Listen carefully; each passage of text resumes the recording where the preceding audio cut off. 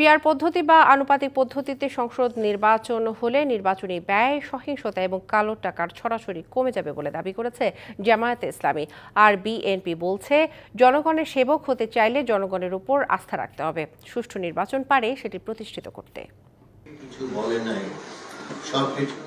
রবিবার সকালে রাজধানীর স্কুল অফ লিডারশিপ আয়োজিত আগামী জাতীয় নির্বাচনে কেমন প্রার্থী চাই শীর্ষক জাতীয় সংলাপ অনুষ্ঠিত হয়। এতে যোগ দেন বিএনপি, জামাত সহ বিভিন্ন রাজনৈতিক দল ও শিক্ষাবিদরা। এ সময় তারা সংসদে নারীর জন্য আসন বাড়ানো সহ নানান দিক তুলে ধরেন।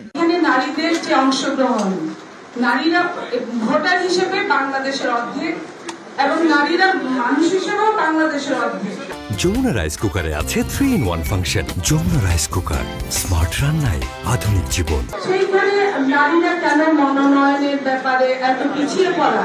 কোন দল কাকে কোন বিবেচনায় প্রার্থী করবে, এটা আসলে সেই দলের অগ্রাধিকার, তার যে আদর্শিক অবস্থান, তার যে লক্ষ্য, সেগুলোর উপর নির্ভরশীল।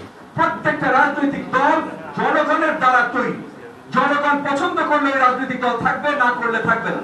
জামায়াত বলছে, পিআর পদ্ধতিতে নির্বাচন হলে দেশ 5 বছরে পাল্টে যাবে, আসবে যোগ্য প্রার্থী।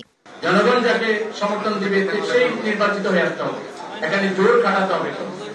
এইটা যদি বাদ দেওয়া যায়, পিআর পদ্ধতিতে যদি আসা যায়, তাহলে দেখা যাবে যে অনেকাংশেই নির্বাচনী ব্যয়ও কমে যাবে, এখানে প্রার্থীদের মধ্যে যে সহিংসতা হয় এগুলো কমে যাবে। আর বিএনপি বলছে, ভোটে জনগণই ঠিক করবে কে যোগ্য প্রার্থী, সুষ্ঠু নির্বাচনই পারে যোগ্য নেতৃত্ব আনতে। এবার যে প্রার্থীর কথা বলছেন, সে প্রার্থী হয়তো অনেকেই বিবেচনা করবে, বিশেষ করে রাজনৈতিক দলগুলো খুবই ভুক্তভোগী দীর্ঘ 15 বছরে।